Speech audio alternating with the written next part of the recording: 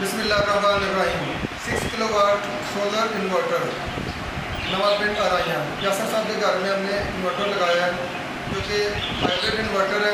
Battery के बगैर हमने इसको लगाया है और इसके साथ हमने इनकी 12 प्लेटें लगाई हैं डबल ग्लास की बाईफिशल।